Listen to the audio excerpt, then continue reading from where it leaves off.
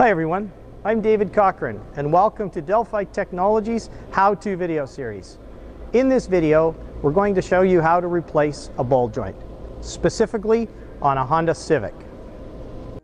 This process won't be the same for every vehicle, but it's a good place to start, emphasizing the tools necessary for a successful repair.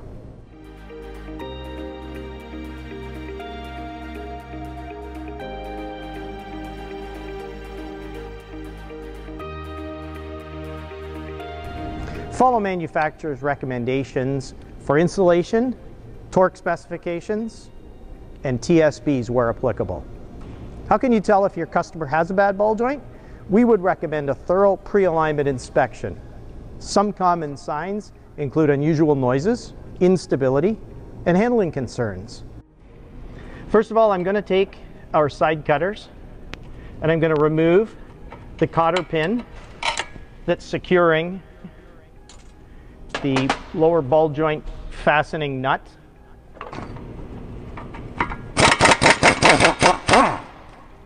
So as you can see, the nut's been removed,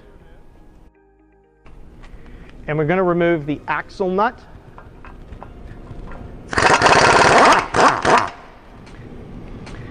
We have to separate the ball joint from the lower control arm, and we have here with us today, we have a tool specifically designed to slip in and disconnect the ball joint. Again, we'll look for an appropriate size socket. So you'll be able to hear the snap. It's a crisp, clear snap when the ball joint stud pops loose from the lower control arm. We'll remove, this is strictly a removal tool. We won't need to use that again, but as you can see, hopefully the camera will pick this up, you'll see now that the ball joint has been disconnected. Oftentimes the axle will become, not seized, but it will become dry, it will become stuck. It just needs a little bit of assistance to help it push it back through the hub assembly.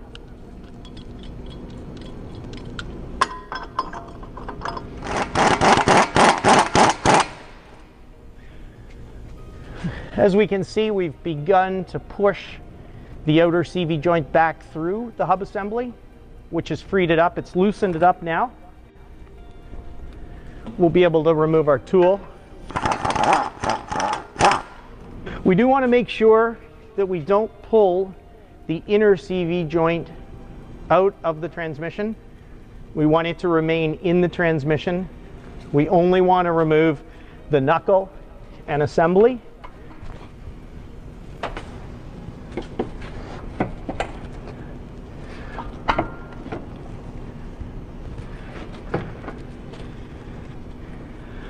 Okay. We've managed to free up our lower ball joint, gain some clearance. We've moved our axle shaft just out of the way. We haven't removed it from the transmission. We've used our specially designed 4x4 wood prop. And now we can begin to take a look at the process of removing our ball joint. First thing we're going to need to do is we're going to need to remove the rubber boot. This rubber boot is actually quite well intact. Common problem with these over time is that they split, the grease will leak out, and then will cause us problems with our ball joint. But in this case, as you can see, the boot is in fairly good shape. But we'll just knock it off. Obviously the new ball joint comes with a new boot, so we don't have to worry too much about caring about what we're removing. We'll clean it off a little. It is necessary to use a proper ball joint press. It has been commonplace in years before that these could be punched out, hammered out, but it is important, especially on this design, that we take great care with the knuckle assembly, that we cleanly press out the ball joint and we cleanly install a new one. By the manufacturer's recommendation, this is a one-time If these are original ball joints, this is a one-time opportunity to replace it. The manufacturer does recommend that if this is done a third time, that a new knuckle with a ball joint is purchased. But this is an OE ball joint, so we're well within our parameters to replace it. And that's what we'll do.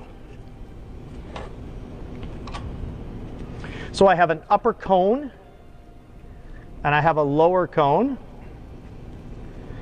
And basically, the two pieces will fit together. And I'm going to work from this side, hopefully to create some visibility. Obviously, you want to make sure that you have room to work. Always making sure we're high enough in the air, because there's a certain amount of space that your press needs. So if you're working on the ground on axle stands, this is where you could run into a little bit of a problem.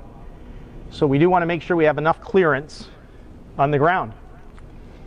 So I'm going to basically look for a socket that fits, and I'm going to run the press inwards, and we will press out the old ball joint.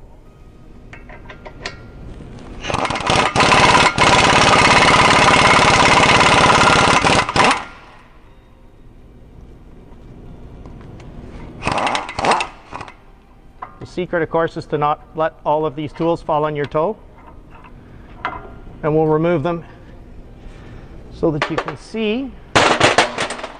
We'll remove our top accessory. And as you can see, we've now removed our original ball joint.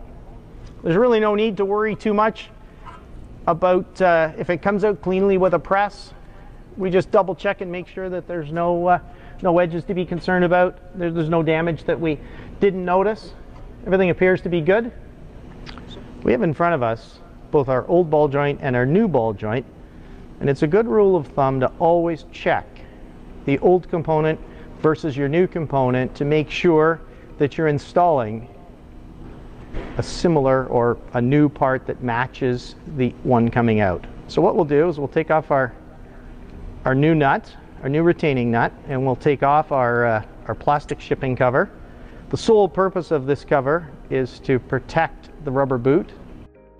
The Delphi ball joint also comes with a cotter pin as well as the nut for a complete installation. This is a press-in unit, so there is no need for a retaining clip. There was not a retaining clip with the OE unit, and Delphi Technologies OE design is exactly the same, so a clip is not necessary in this case with the TC1299.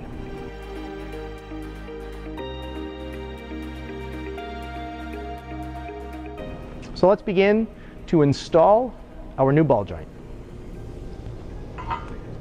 First, we're going to insert our ball joint into the knuckle, and we're going to make sure that it begins and it's level.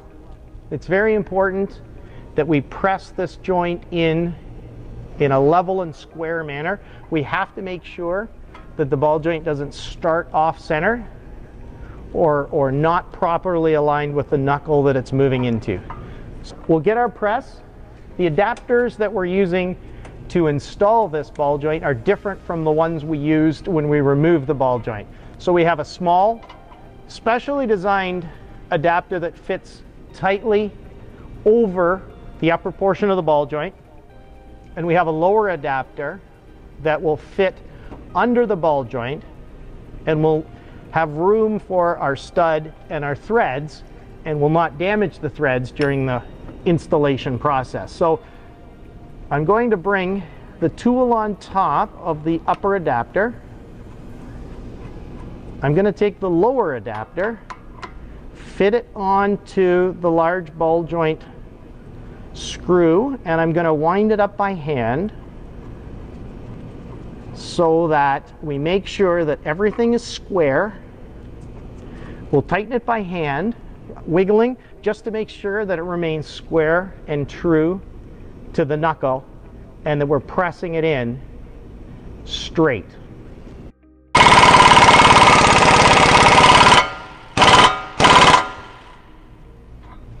Okay, we've pressed in our joint. The upper mating surface of the ball joint has met securely with the knuckle, and now we will remove our press.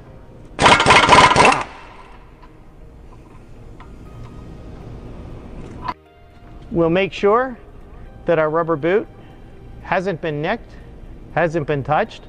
We'll double check our threads. Everything seems to be safe and secure and ready to move forward. We'll have to take our axle shaft and we'll have to begin to get it started back into the wheel bearing.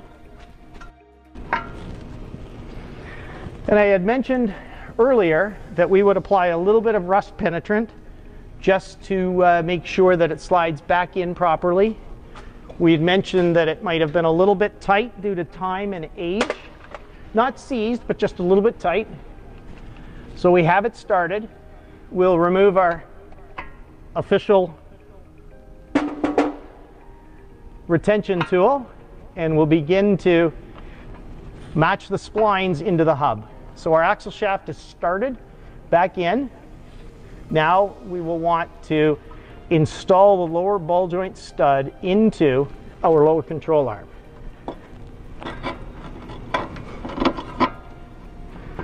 At the same time, we want to make sure that our axle is feeding through properly and that we begin to see it poking through the outside of the hub assembly. Okay. You'll see now that our axle has been reinstalled.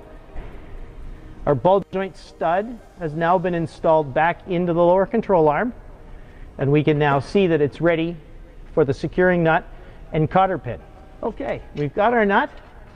Our threads remain undamaged because of a proper use of our press tool. And now we will tighten up our nut.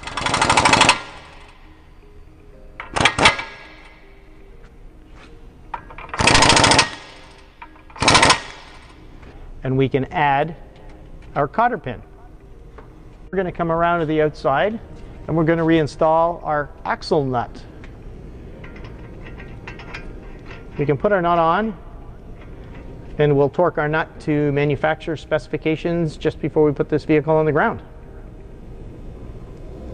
That concludes our ball joint replacement video. Thanks for watching. Be sure to check out more of our Delphi Technologies how-to videos for more tips that can save you time and money in your shop every day.